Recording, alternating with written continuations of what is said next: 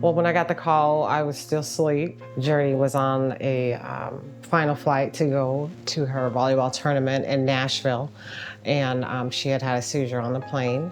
You know, I couldn't breathe, and I already knew before anybody told me anything that I was going through this situation for the second time.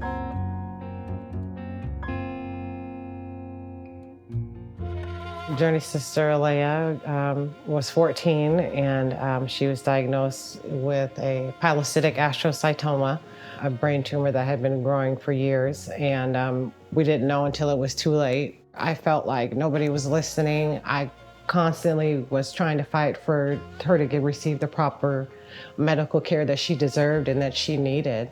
She was a lover of people. She loved animals, even though we didn't have any. Very smart. And she was always smiling.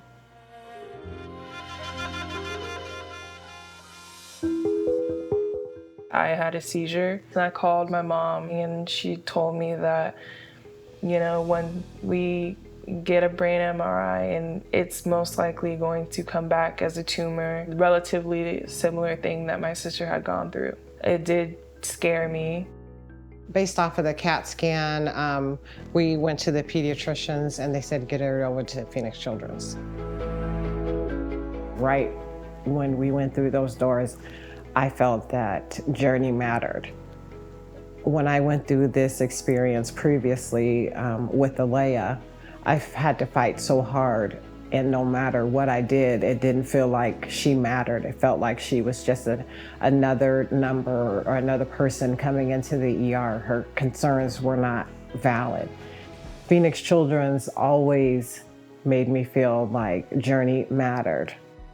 You know, whether it be the neurologist or the neurosurgeon, I didn't have to go through and explain our whole case and our whole background and continue to, you know, have that trauma come back up again. Every time we went to the doctor, everybody had already read through the file. They knew everything that was going on, and I felt very assured in their care.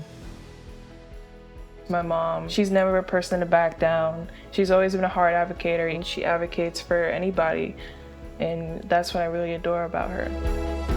I am very thankful for Phoenix Children's. Words cannot describe, you know, how grateful I am, and I'm so glad that they were involved in her care.